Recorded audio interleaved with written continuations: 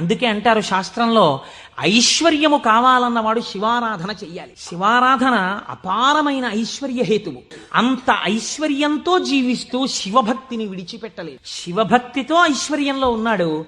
అంత్యమునందు తేలికగా శరీరం విడివడి హాయిగా పరమశివుని యొక్క పాదములలో కలిసిపోయాడు. ఇప్పుడు మీరు చెప్పండి, అమరకోశంలో మహానుభావుడు అమరసింహుడు శివశబ్దానికి సజ్జనుల యొక్క మనస్సు రమించేటటువంటి స్వరూపము కలిగిన వాడు అని శివశబ్దానికి అర్థం చెప్పడంలో ఎంత గంభీరమైన అర్థం ఉందో మీరు. శివశబ్దము సజ్జనుల యొక్క మనసు రమించు స్థానము. ఎలా రమిస్తుంది? దేనివల్ల? దానికి ఈ కారణం ఆ కారణం అని చెప్పడం కుదరదు. మీకు మనస్సుంటే, భక్తి ఉంటే ఒక్క కారణం చాలు. ఏదో ఒక కారణంతో శివుని యందు మనసు రమిస్తే వాడికి సమస్తమైనటువంటి ఐశ్వర్యము కలుగుతుంది. అందుకే అంటారు శాస్త్రంలో,